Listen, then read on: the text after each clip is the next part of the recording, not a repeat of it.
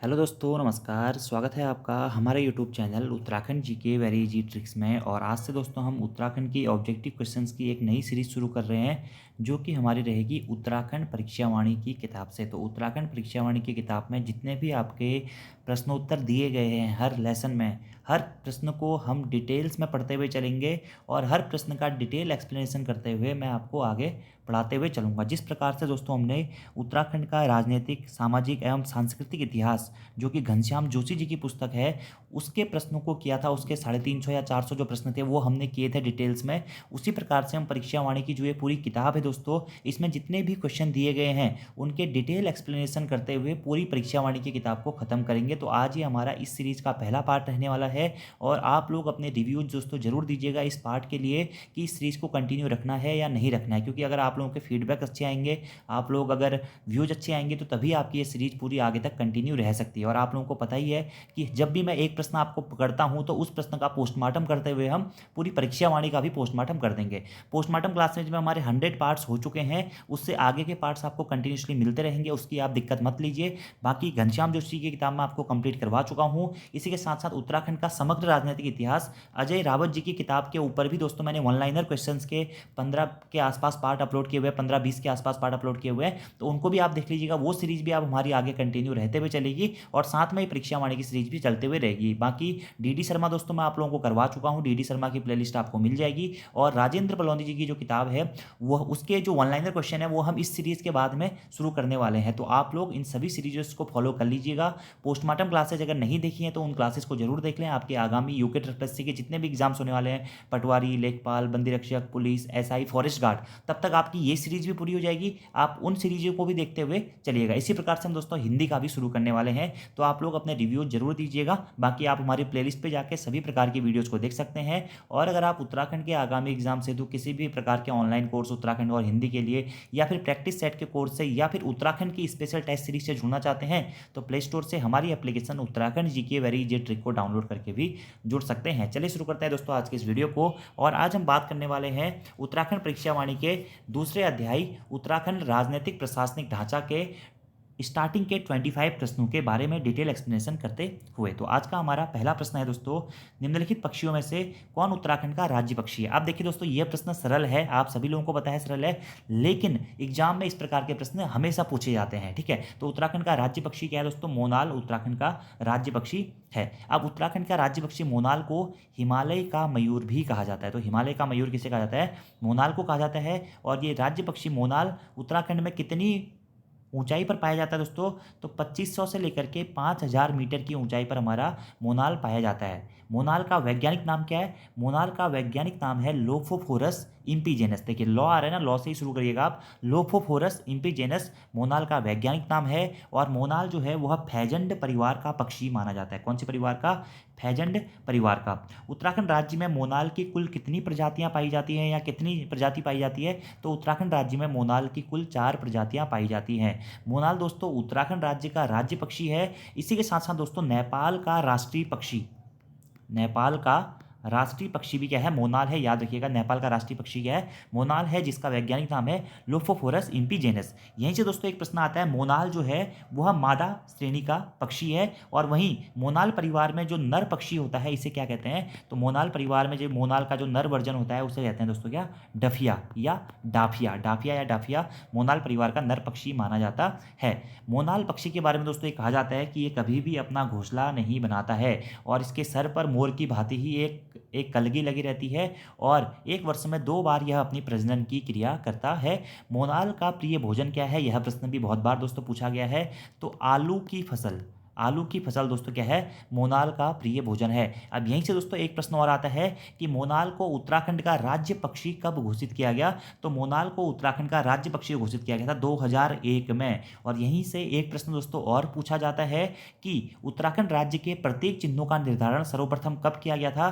तो उत्तराखंड राज्य के प्रतीक चिन्हों का सर्वप्रथम निर्धारण 2001 में ही किया गया था। जैसे कि उत्तराखंड का राज्य पक्षी, राज्य पुष्प, राज्य वृक्ष, राज्य पशु, इन सभी का निर्धारण 2001 में किया गया था। तो उत्तराखंड के राज्य प्रतीकों का निर्धारण सर्वप्रथम कब किया गया था? 2001 में किया गया था। लेकिन दोस्तों यहाँ से भी आपको एक प्रश्न याद रखना है कि उत्तराखंड का राज्य प्रतीक चिन्ह कब अपनाया गया था? तो राज्य प्रतीक चिन्ह दोस्तों 9 नवंबर सन 2000 को ही अपना लिया गया था, जिस दिन हमारा उत्तराखंड राज्य की स्थापना उत्तरांचल नाम से हुई थी। तो एक एक्सेप्शन है कि उत्तराखंड के राज्य चिन्हों का जो सबसे पहले राज्य चिन्ह का मतलब कब अपनाए गए थे? तो 2001 में अपनाए गए थे, ठीक है। या उत्तराखंड राज्य के द्वारा प्रतीक चिन्हों का निर्धारण सर्वप्रथम कब किया गया था? 2001 में किया गया था। लेकिन जो हमारा राज्य चिन्ह है, राज्य चिन्ह को कब अपनाया गया था? 9 नवंबर सन 2000 को ही अपनाया गया था। यह प्रश्न भी आपको याद रखना है। बाकी मोनाल के बारे में मैंने आपको बता दिया। मोनाल को स्थानीय भाषा में दोस्तों मन्याल या मोनाल भी कहा जाता है। कश्मीर में इसे सोनाल कहा जाता है, हिमाचल प्रदेश में इसे नीले गुरु कहा जाता है और सिक्किम में इसे चौमदोंग कह के भी संबोधित किया जाता है। यह उत्तराखंड में 2500 से लेकर 5000 मीटर की ऊंचाई पर पाया जाता है। और उत्तराखंड राज्य में सर्वाधिक जो मोनाल हैं कहाँ पाए जाते हैं? केदार घाटी यानी कि रुद्रप्रयाग जनपद में सर्वाधिक मोनाल पाए जाते हैं। अब दोस्तों यहीं से एक प्रश्न ये भी इंपॉर्टेंट होता है कि मोनाल को संरक्षित पक्षी कब घोषित किया गया था? मोनाल को संरक्षित कब किया गया? तो वन्य जीव संरक्षण अधिनियम 1972, याद रखना दोस्तों, वन्य जीव संरक्षण अधिनियम 1972 के तहत ही मोनाल को संरक्षित घोषित किया गया है। इतने पॉइंट आपको दोस्तों डायरेक्टली याद रखने हैं। और वर्ष 2008 तक मोनाल की कुल संख्या कितनी थी? 919 थी। तब तक इनकी गणना हुई थी। और मोनाल के जो नर परिवार का पक्षी होता है उसे डाफिया कहा जाता है। और 1972 का वन्य जीव संरक्षण अधिनियम के तहत मोनाल को संरक्षित किया गया था। और आलू इसका दोस्तों क्या है? प्रिय भोजन है। इतने पॉइंट आपको उत्तराखंड के राज्य पक्षी मोनाल के बारे में दोस्तों याद रखने हैं। मोनाल और डाफिया ये करके लोफोफोरस इम्पीजेनस है और ये नीले, काले या हरे रंगों में ये पाए जाते हैं, ठीक है। प्रिय भोजन आलू होता है। आलू के साथ साथ ये वनस्पति, कीड़े मकोड़े आदि चीज़ें भी खाती हैं, ठीक है। इसी के साथ साथ मोनाल का शिकार हो रहा था, इस कारण उसे वन्यजीव संरक्षण अधिनियम 1972 के तहत संरक्षित जो पक्षी है वह घोषित किया गया था। पहले दोस्तों जो मोनाल था वह हिमाचल प्रदेश का राज्य पक्षी भी था, लेकिन वर्तमान में मोनाल को हिमाचल प्रदेश ने अपने राज्य पक्षी की श्रेणी से हटा दिया है और ये वर्तमान में क्या है? उत्तराखंड का राज्य पक्षी है और नेपाल का क्या है दोस्तों? राष्ट्रीय पक्षी है। इतने पॉइंट आपको मोनाल से याद रखने हैं। तो देखिए पूरे मोनाल का हमने पोस्टमार्टम कर दिया है। अब कभी भी अगर मोनाल से प्रश्न पूछा जाएगा तो इतने फैक्टों के बाहर से कोई भी प्रश्न नहीं आएगा। दूसरा हमारा प्रश्न है उत्तराखंड का राज्य पुष्प है। तो उत्तराखंड का राज्य पुष्प दोस्तों आप लोगों को पता होना चाहिए, ब्रह्मकमल उत्तराखंड का राज्य पुष्प है। और यह प्रश्न दोस्तों कई बार एग्जाम्स में पूछा जा चुका है, ब्रह्मकमल। तो चलिए ब्रह्मकमल का भी आप पोस्टमार्टम करते हुए चलते हैं। ब्रह्मकमल का वैज्ञानिक नाम क्या है दोस्तों? तो ब्रह्मकमल का वैज्ञानिक नाम है सोसूरिया अबवेलेटा। याद रख लीजिएगा क्या है ब्रह्मकमल का वैज्ञानिक नाम? पूछा जाता है दोस्तों, सोसूरिया अबवेलेटा। यहीं से एक प्रश्न आता है कि ब्रह्मकमल को उत्तराखंड का राज्य पुष्प कब घोषित किया गया था? तो 2001 में ब्रह्मकमल को उत्तराखंड का राज्य पुष्प घोषित किया गया था। ब्रह्मकमल उत्तराखंड में कितने मीटर की ऊंचाई पर पाए जाते हैं दोस्तों? तो 4800 से लेकर के 6000 मीटर की ऊंचाई पर, 4800 से लेकर के 6000 मीटर की ऊंचाई पर हमारे ब्रह्मकमल पाए जाते हैं। याद रखना है, सभी प्रश्न पूछे जाते हैं। ब्रह्मकमल किस कुल का पौधा है? यह प्रश्न भी पूछा गया दोस्तों एग्जाम में। तो ब्रह्मकमल एस्टेरेसी, क्या एस्टेरेसी कुल का पौधा है? एस्टेरेसी कुल का पौधा है। यहीं से एक प्रश्न, भारत उत्तराखंड राज्य में ब्रह्मकमल की कुल कितनी प्रजातियां पाई जाती हैं? तो उत्तराखंड राज्य में ब्रह्मकमल की कुल 24 प्रजातियां पाई जाती हैं, जबकि पूरे विश्व में ब्रह्मकमल की कुल कितनी प्रजातियां पाई जाती हैं? 210 प्रजातियां पाई जाती हैं। इसी के साथ साथ सोसूरिया अबवेलेटा इसका वैज्ञानिक नाम है, आपको याद रखना है। और ब्रह्मकमल की ही दोस्तों कुछ प्रजातियां जो उत्तराखंड में पाई जाती हैं, जैसे कि सोसूरिया ग्रामिनिफोनिया, जिसे फेन कमल भी कहा जाता है, सोसूरिया लंपा, सोसूरिया सिसेमोनिया और सोसूरिया ग्रासोफिफेरा, ठीक है। अब दोस्तों यहीं से एक प्रश्न एग्जाम में यह पूछा गया है कि ब्रह्मकमल की कौन सी ऐसी प्रजाति है जो सर्वाधिक ऊंचाई पर पाई जाती है?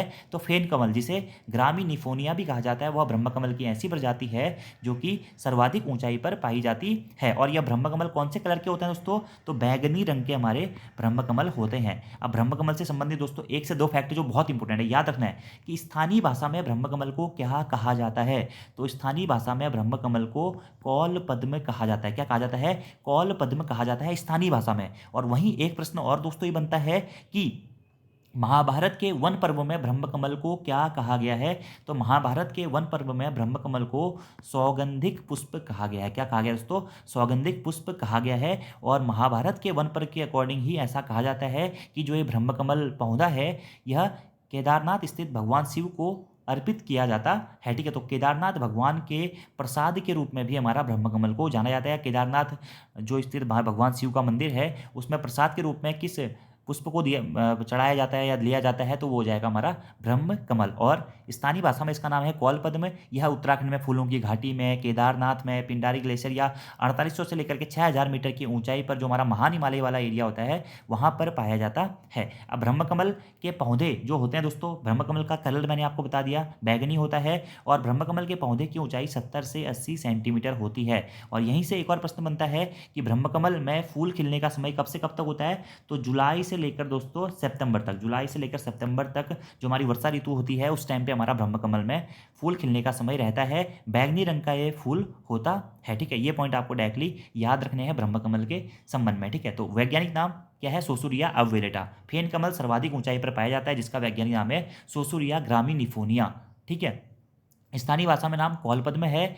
इसे महाभारत के वन पर्व में सौगंधिक पुष्प भी कहा गया है। विश्व में इसकी 210 प्रजातियां पाई जाती हैं और उत्तराखंड में इसकी 24 प्रजातियां पाई जाती हैं।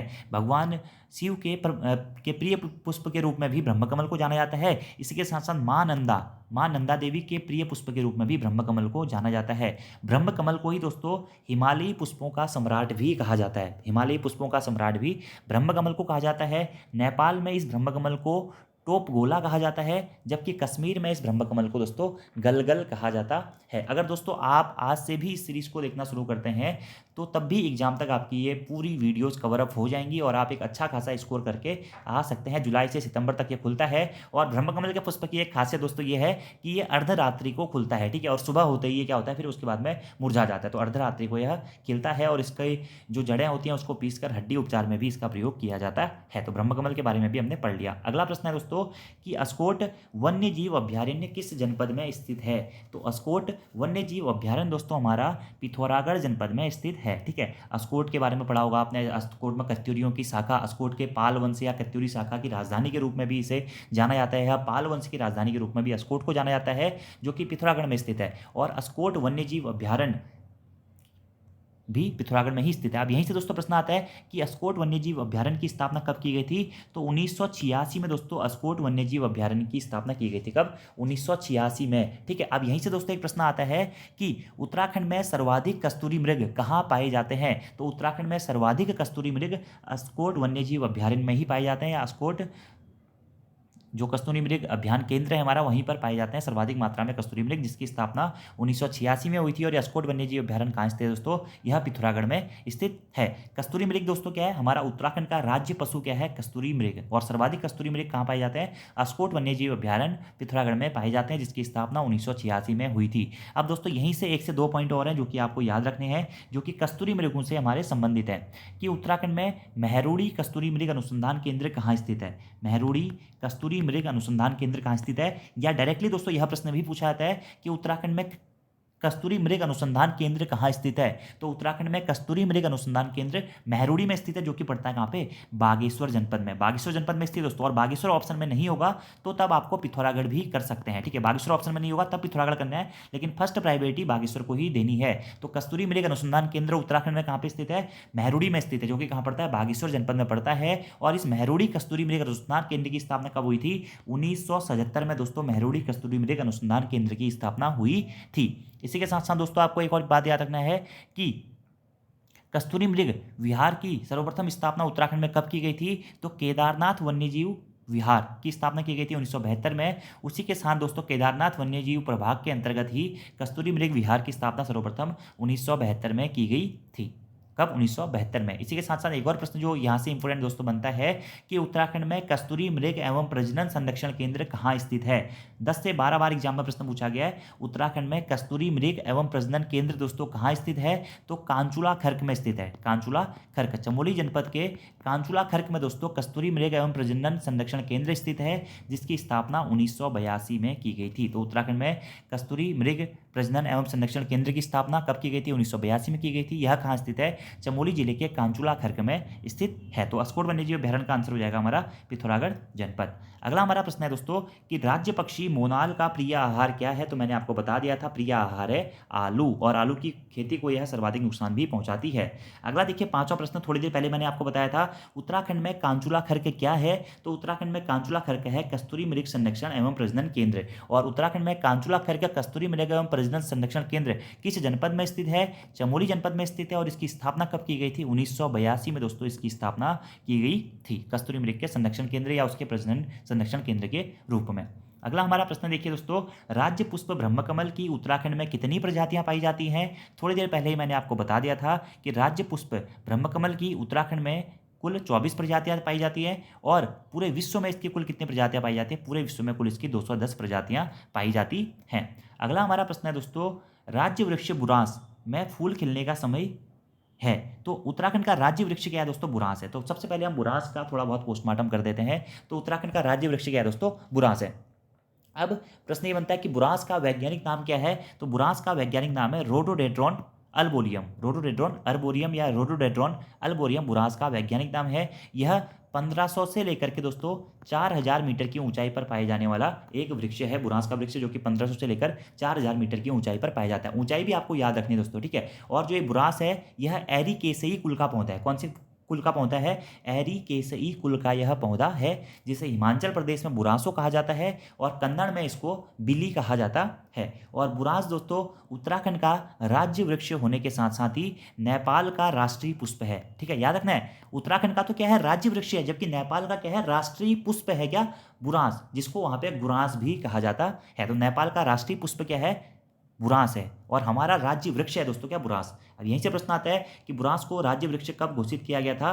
तो सन 2001 में दोस्तों बुरांस को राज्य वृक्ष घोषित किया गया था। कब? सन 2001 में। इसी के साथ साथ दोस्तों भारत में बुरांस की कुल कितनी प्रजातियां पाई जाती हैं? भारत में बुरांस की कुल 87 प्रजातियां पाई जाती हैं और इसका वैज्ञानिक नाम है रोडोडेड्रॉन अल्बोरियम।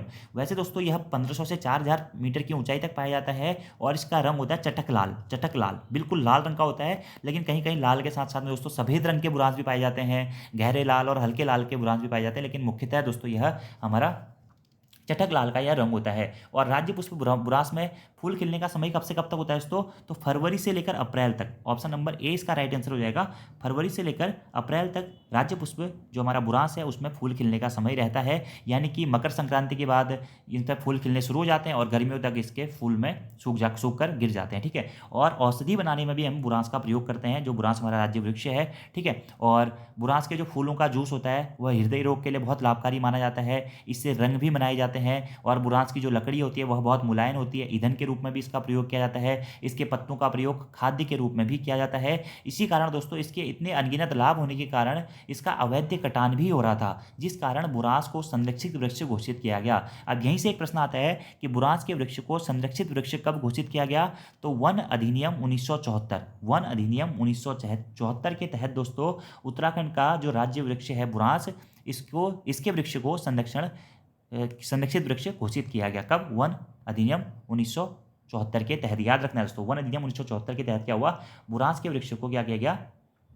संरक्षित वृक्ष घोषित किया गया था। और इससे पहले हमने पढ़ा था कि मोनाल को संरक्षित कब घोषित किया गया था? 2008 में वन्य जीव संरक्षण बोर्ड के तहत मोनाल को संरक्षित घोषित किया गया था। और वहीं बुरांस को संरक्षित कब घोषित किया गया? संरक्षित वृक्ष कब घोषित किया गया? तो वन अधिनियम 1974 के तहत घोषित किया गया। और बुरांस के पुष्प में मेथनॉल भी हमें मिलता है, जो कि डायबिटीज़ के लिए भी या शुगर के लिए भी दोस्तों आपका फायदेमंद होता है। और फरवरी से अप्रैल तक इसमें हमारा फूल खिलने का समय रहता है।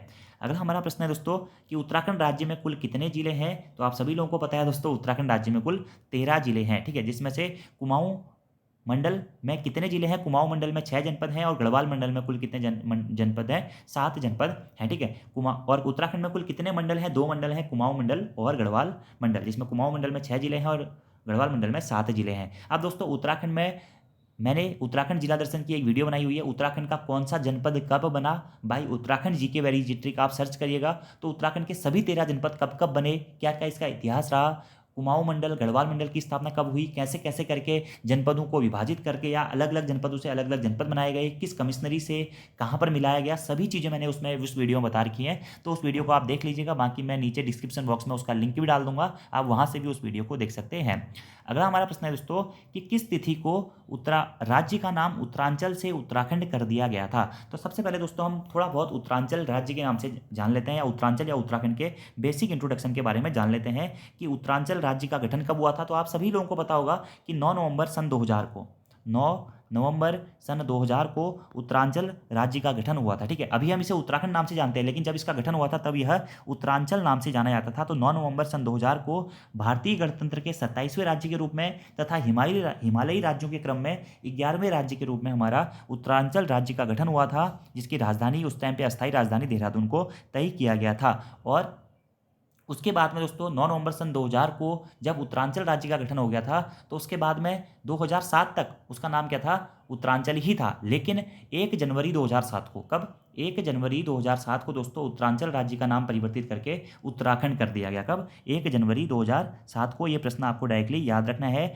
उत्तराखंड में कुल 2 मंडल हैं, कुमाऊं मंडल और गढ़वाल मंडल। उत्तराखंड में कुल 13 जिले हैं, कुमाऊं मंडल में 6 जिले हैं, गढ़वाल मंडल में 7 जिले हैं, और उत्तराखंड में 4 हमारे प्रस्तावित जिले भी हैं, ये भी आपको याद रखना है। उत्तराखंड राज्य की अस्थायी राजधानी दोस्तों देहरादून में स्थित है, और उत्तराखंड राज्य की ग्रीष्मकालीन राजधानी दोस्तों गैरसैंण में स्थित है। गैरसैंण में क्या है, ग्रीष्मकालीन राजधानी, और अस्थायी राजधानी कहाँ स्थित है, देहरादून में स्थित है। ठीक है, और उत्तराखंड का क्षेत्रफल है 53,483 किलोमीटर स्क्वायर। तो उत्तराखंड का क्षेत्रफल कितना है, 53,483 किलोमीटर स्क्वायर है, जिसका गठन 9 नवंबर सन 2000 को हुआ था। तो उत्तराखंड राज्य स्थापना दिवस कब मनाया जाता है, 9 नवंबर को उत्तराखंड राज्य स्थापना दिवस भी मनाया जाता है। इतने पॉइंट आपको यहाँ से याद रखने हैं।